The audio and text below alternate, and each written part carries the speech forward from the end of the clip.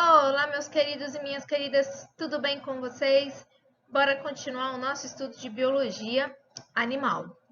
E aí, então, a gente estudou sobre os cordados, o último grupo, né?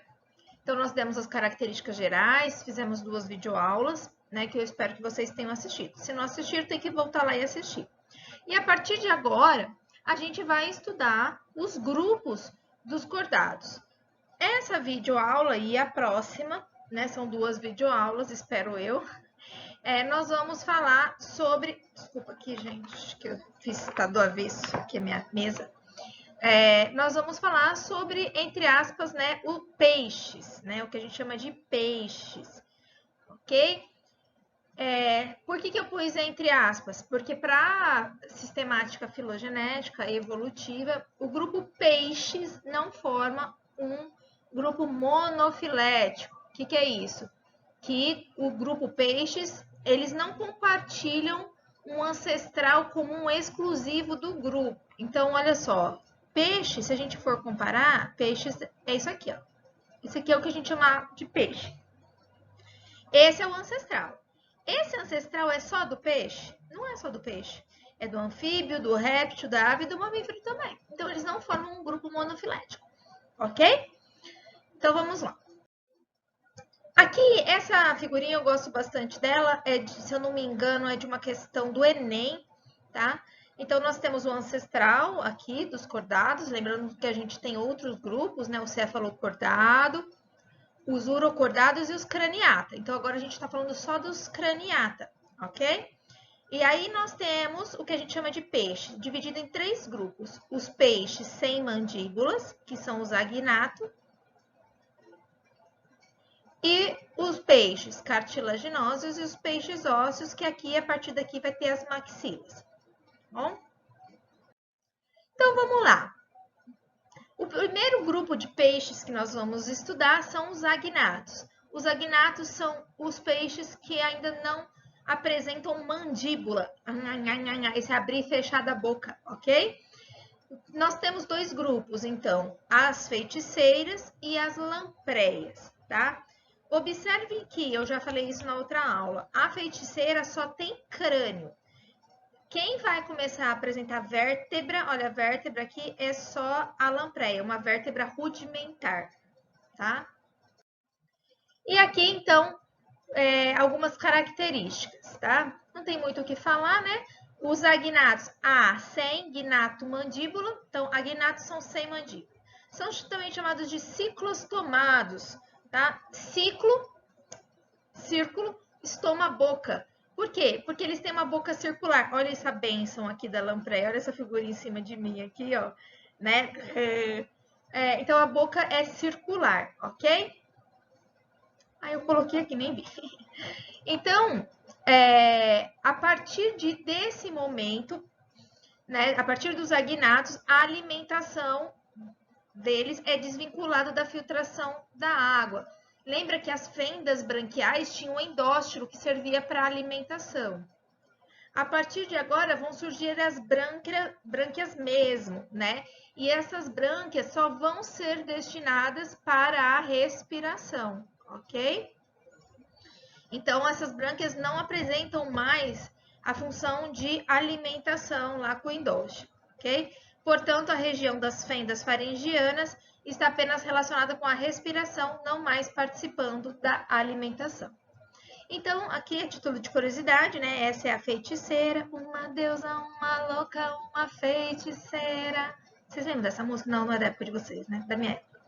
Então, elas podem atingir até 1 metro de comprimento grande, né? São marinhas e são carnívoras, tá? Então, ou seja, se alimentam de carne, vermes, pequenos peixes e assim por diante. E nós temos a lampreia, que também pode medir até 1 metro de comprimento, e elas são ectoparasitas. O que é isso? Elas pegam esses dentes lindos dela, né? E elas se enfincam nos golfinhos, em peixes maiores, e se alimentam dele, vivem às custas dele. É ecto porque elas ficam fora, não ficam dentro, ok?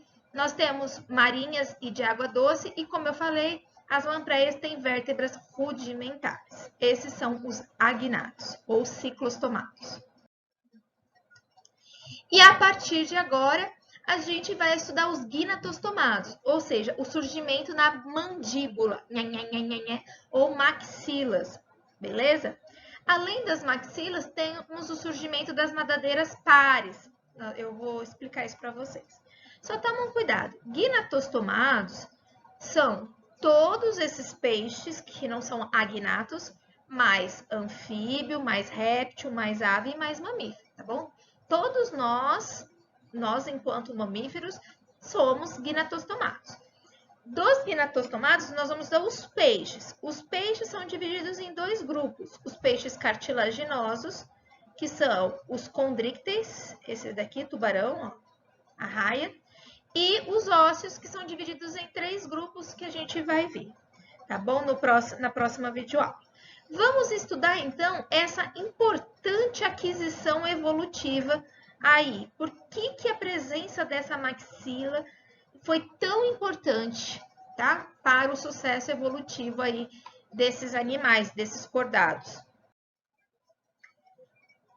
Vejam só aqui, né? Então, vamos explicar a importância do surgimento das maxilas. Esse aqui é um desenho representativo dos peixes agnatos, ou seja, que não tem mandíbula.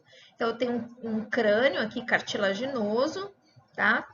E nós temos as fendas branquiais, olha, em cinza, e elas sendo envoltas por que a gente chama de arcos branquiais. Esses arcos branquiais são cartilaginosos e eles dão estrutura para as fendas, ok? Para esse aparato respiratório. E aí, alguns arcos branquiais, eles sofrem um deslocamento, né? Eles vão para a parte anterior do animal, né? E eles modificam-se para formar as mandíbulas. E quando esses arcos branquiais vão para frente e para formar a mandíbula, então eu chamo de gnatostomado.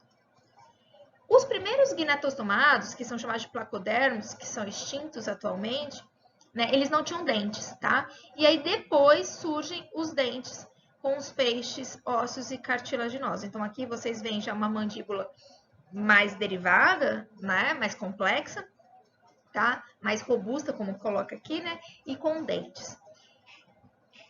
Qual que é a diferença desse animal que não tem a mandíbula para esses animais que começaram a apresentar a mandíbula? A mandíbula, as maxilas, elas permitiram que esses animais tivessem uma exploração maior de alimento. Então, eles começaram a rasgar a alga, a comer animais maiores, porque eles tinham esse movimento de abrir e fechar a boca. Então, eles se tornaram predadores. Como eles se tornaram predadores mais eficientes, vamos dizer, não que eles não podiam ser predadores, mas esses predadores, com a abertura e fechamento da boca, com as maxilas, eles se tornaram predadores mais eficientes. Sendo predadores mais eficientes, eles se alimentam melhor. Se eles se alimentam melhor, eles vão se reproduzir mais. Então, eles vão ter um maior sucesso evolutivo do que aquele que não tem as maxilas, tá? Então, as maxilas, possibilitaram aos peixes primitivos arrancar com eficiência grandes pedaços de algas e de animais, tornando disponível para si uma nova fonte de alimento. Tá bom? Então, essa é a grande importância. Mas, para o sucesso evolutivo desse grupo, não surgiram só as maxilas, surgiram as nadadeiras pares. Nossa, Ana, o que são essas nadadeiras pares? As nadadeiras pares são essas peitorais que ficam assim na lateral, né, perto das brânquias do peixe, tá? Então eu chamo de peitorais ou torácicas. E embaixo, ou mais deslocada, pode ser mais deslocada para trás aqui também, tá? Nós temos as pélvicas. Pares por quê?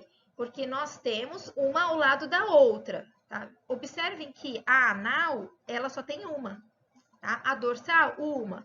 Ok? Caudal, uma. Então, essas são nadadeiras ímpares.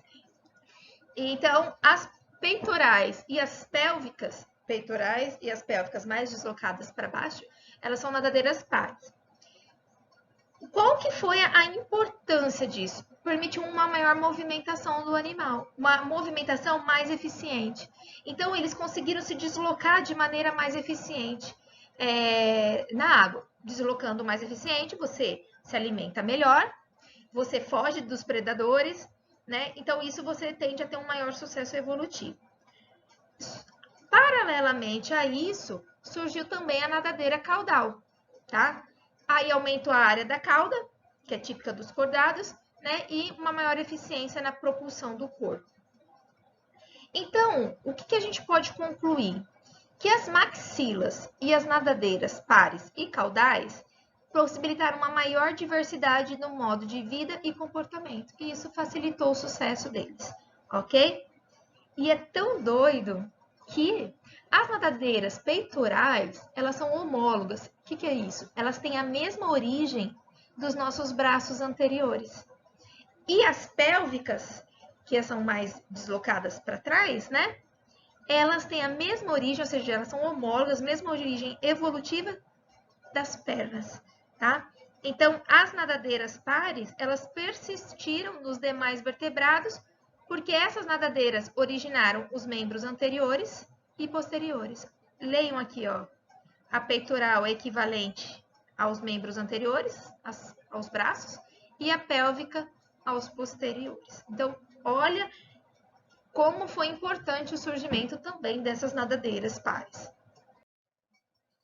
Uma coisa, assim, que às vezes, isso é tão meio óbvio, mas que a gente passa desapercebido, né? A narina do peixe não serve para respirar. Nosso nariz serve para respirar. O peixe não, tá? Por quê? Porque o oxigênio da água, ele vai entrar, o oxigênio dissolvido na água vai entrar pela boca e vai passar pela brânquia. A brânquia é o órgão de respirar. Observe que a narina, ela não tem comunicação com a brânquia, por enquanto, tá? Aí você vai falar assim, nossa, Ana, então para que serve a narina se não é para respirar? Serve para cheirar, tá? Serve para olfato. As narinas têm células quimiorreceptoras que o que acontece? As narinas vão auxiliar eles a obter alimento, tá bom? Então, as narinas nos peixes não estão relacionadas à respiração, somente ao olfato. Então, nós começamos a estudar os gnatostomados, a presença das maxilas e das nadadeiras pares, ok? Nadadeiras pares. Nós vimos que os gnatostomados, então, são divididos em dois grupos. Os peixes ósseos, que nós vamos ver na próxima videoaula, e agora os condrícteis, que são os peixes cartilaginosos, tá bom? Então, qual que é a raiz da palavra? Condre é cartilagem, ictio é peixe, tá? Quem estuda peixe, o biólogo que estuda peixe, é um ictiólogo, ok? Então, esses peixes têm crânio, vértebras e esqueleto formado por cartilagem. Então, nem todo vertebrado tem osso, né? Eles são feitos de cartilagem, tá? No caso dos peixes cartilaginosos. Muito importante, todos os peixes são chamados de pecilotérmicos, ou heterotérmicos, ou ectotérmicos. Existe uma diferença aí de definição, mas vamos falar genericamente aqui, tá? Quando vocês ouvirem essas palavras, pecilotérmico, heterotérmico, ectotérmico, a gente chama desses animais de sangue frio. O que é isso? Significa que a temperatura do corpo deles varia conforme o ambiente. Se tá calor, a temperatura do corpo deles vai estar quente. Se tá frio, a temperatura vai frio. Aí eles tende a ir pro sol, tá? Então, peixes e répteis e anfíbios, peixes, anfíbios e répteis são pecilotérmicos. Os únicos animais homeotérmicos, ou seja, que a temperatura do corpo é constante, não varia conforme o ambiente, são aves e mamíferos, ok? Do resto, todos os outros são ectotérmicos. Anotem isso que é muito importante, é muito comum cair isso no vestibular. Bom, os peixes ósseos, os peixes cartilaginosos, são divididos em dois grupos. Um grupo pequeno, chamado holocéfalos, e um grupo bem grande, que são os peixes cartilaginosos em si, que são as raias ou arraias e os tubarões. Eu vou só mostrar para vocês o grupo dos holocéfalos, tá bom? Vou mostrar rapidamente. Esses holocéfalos, eles são chamados popularmente de quimeras, né? Eles podem medir até 1 metro de comprimento, são marinhos, tá? Eles não possuem escama, dá para até perceber aqui neles. Tem esses olhos grandes, tá? Uma cauda longa, flexível. E uma coisa muito importante, as brânquias que estão aqui, elas são protegidas por uma tampinha. Essa tampinha é o opérculo, tá? Só que essa tampinha, ela é membranosa, ela não é rígida. O que acontece? Anotem aí. Peixes cartilaginosos não vão ter essa tampinha, exceto os holocéfalos. Mas a tampinha é membranosa dos holocéfalos. Por que eu falo isso? Porque os peixes ósseos vão ter opérculo, mas o opérculo não vai ser membranoso, vai ser rígido, tá? Vai ser ósseo. Então, uma característica que diferencia os peixes cartilaginosos dos peixes ósseos é que os cartilaginosos não têm opérculo, exceto os holocéfalos, tá bom? Mas esse opérculo dos holocéfalos não é o mesmo dos ósseos, porque é membranoso, ok? Vamos agora, então, estudar o grupo mais representativo dos peixes cartilaginosos, que são chamados de elasmobrânquios, tá? Ou elasmobranque, né, no latim. Como eu falei para vocês, as brânquias não são protegidas pela tampinha, pelo opérculo. Olha a figura aqui, ó, dá para ver as fendas branquiais sem o opérculo. Ok, na arraia não dá para ver aqui, mas no tubarão aqui dá para ver. As duas representações, então, são os tubarões e as arraias. Então, o maior grupo dos peixes cartilaginosos. Nós temos cerca de 760 espécies. Observe, então, as nadadeiras, ó, peitorais, pélvicas, tá? A anal. E aqui, a primeira lá que todo mundo faz do tubarão, né? Ele tem, na verdade, 2 nadadeiras dorsais. Bom, tem peixe que só tem uma. Além da nadadeira caudal. Observem as mandíbulas. O corpo dos peixes cartilaginosos, eles são feitos de escamas. Essas escamas, elas são chamadas de escamas placoides. Vocês estão vendo aqui, ó, um exemplo dessas escamas, né? E aqui também. Essa escama, ela tem origem em 2 estruturas diferentes da pele. A derme, que é a camada mais embaixo, deixa eu desenhar aqui, ó. Aqui é a camada da pele. Então, nós temos a camada mais externa, que é a epiderme, e a camada mais interna, que é a derme, tá? Nos peixes cartilaginosos, a escama, ela vem da derme e da epiderme, a escama. Nos peixes ósseos, a escama vem apenas da derme, tá? Então, isso é uma das outra diferença entre peixes cartilaginosos e peixes ósseos. Eu coloquei aqui as escamas porque a forma de eficiência dessas escamas, ela é tamanha para nado que elas têm sido usadas para a forma dessas escamas para melhorar o desempenho aerodinâmico, por exemplo, dos aviões, dos drones.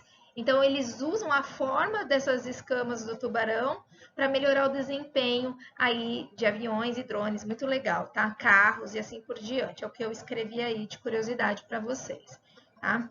Essas escamas formadas por um espinho voltado para a região posterior do corpo, mais a placa basal. Então, a placa basal que dá a estrutura aqui, né, para essa escama, né?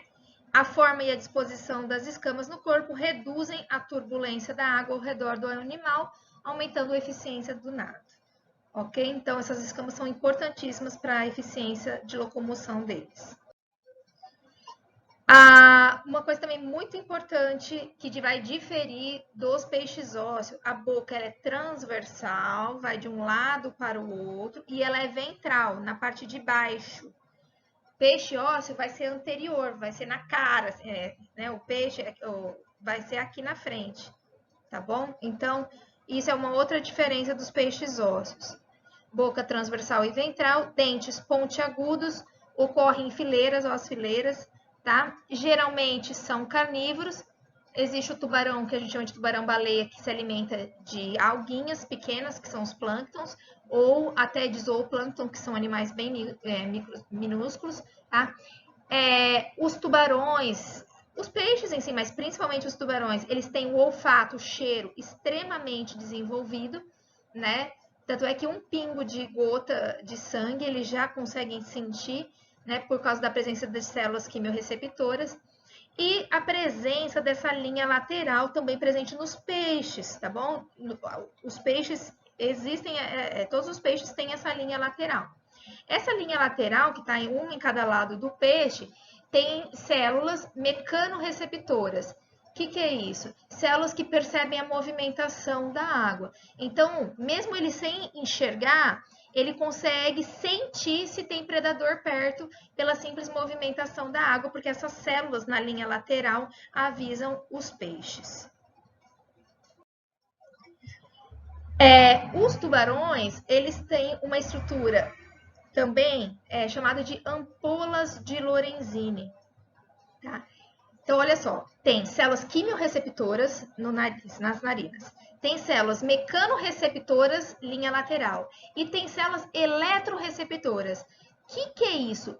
Essas células eletroreceptoras conseguem detectar descarga elétrica. Nossos músculos, por exemplo, do ser humano, dos animais em si, toda vez que a gente contrai a musculatura, vocês vão ver isso em sistema muscular, a gente gera uma corrente elétrica.